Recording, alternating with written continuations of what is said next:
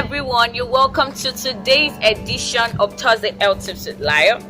Oftentimes we find ourselves in some gatherings where we have to sit very close to somebody or even otherwise, and after a while yourself or the person sitting close to you begins to perceive an unpleasant odor coming from the body, the mouth, or even the foot of the person sitting close to you. I mean, it could be you though, and that's what Layo will be talking about: odor, covering body odor, mouth odor, and foot odor in today's edition of Thursday Health Tips with Layo. I hope this won't be too much for you guys to take in, but then just stay with me. Odor simply means an unpleasant smell. So body odor often occurs as a result of the bacteria on the body coming in contact with the sweat produced or given off by the body.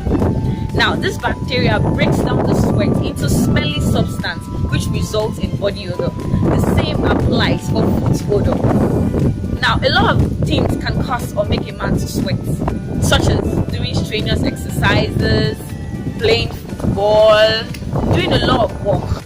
Excessive sweating can occur as a result of some reaction to some medical. Moving on to the prevention and management of body odor.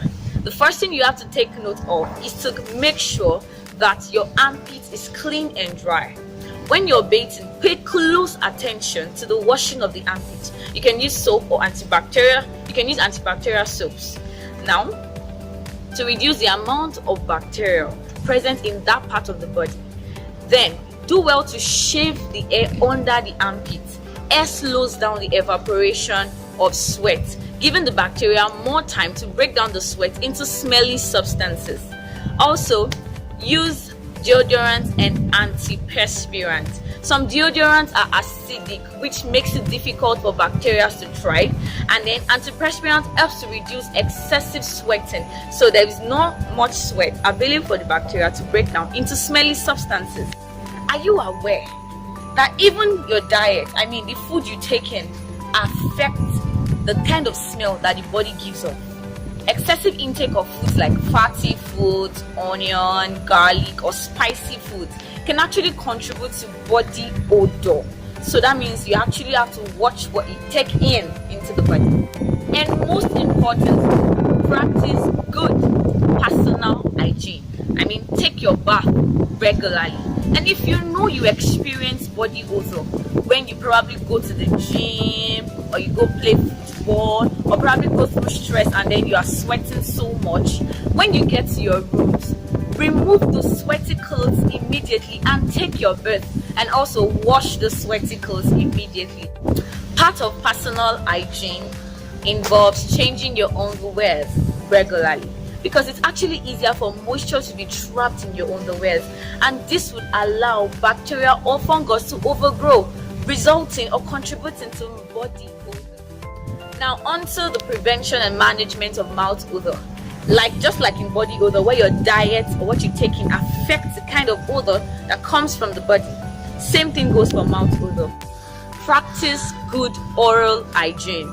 You brush your teeth regularly to remove remains of food particles in the mouth that can support bacterial growth in the teeth, around the gum, or even on the tongue. Then you can try as much as possible to change your toothbrush after 2 or 3 months, or probably after an illness.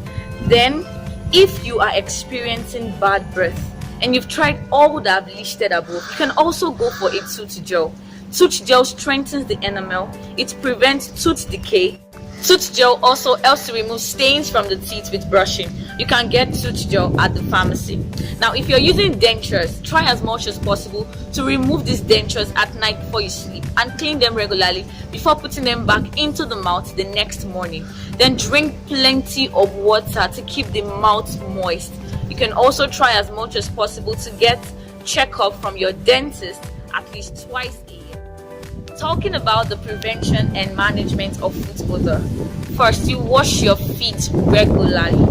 Using warm water to wash your feet helps to kill the bacteria faster than using cold water.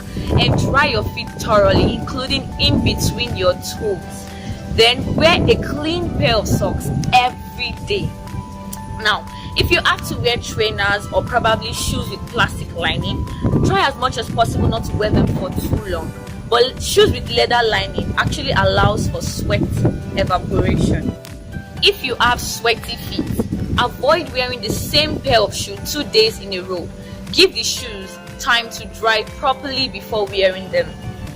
If the sole of your feet has patches of dead skin, you can use a puni stone to remove these patches of dead skin to avoid foot odor, because bacteria thrives very well on dead skin. Now you can see the picture of the puni stone on the screen.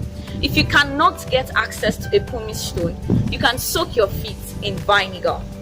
Now, vinegar helps to kill bacteria, fungus, or other kinds of microbes. Now, when you want to use home remedy of soaking your feet in vinegar, you can use apple cider vinegar. Then you take a cup of vinegar, add it to a bowl, and then 2 cups of warm water, add it to the same bowl.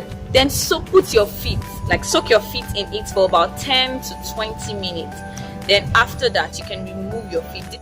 Repeat this process until your foot odor disappears. Now, when you have a cut or open wound, do not try this process. In conclusion, you can also get foot deodorant or antiperspirant from the pharmacy. Thank you for watching today's edition of Thursday Health Tips with Layo. I hope you've learned 1 or 2 things, and try as much as possible to share this video to people that you think would really need it. Guess what? Health Tips with Layo is now on Facebook, so you can do well to actually join our Facebook page. It's actually a platform for us to be able to ask questions. If you need clarifications, you can ask for clarification, ask your questions, and drop your comments or any other thing. Don't forget to like and subscribe to my YouTube channel. See you next week on Thursday Health Tips with Layo.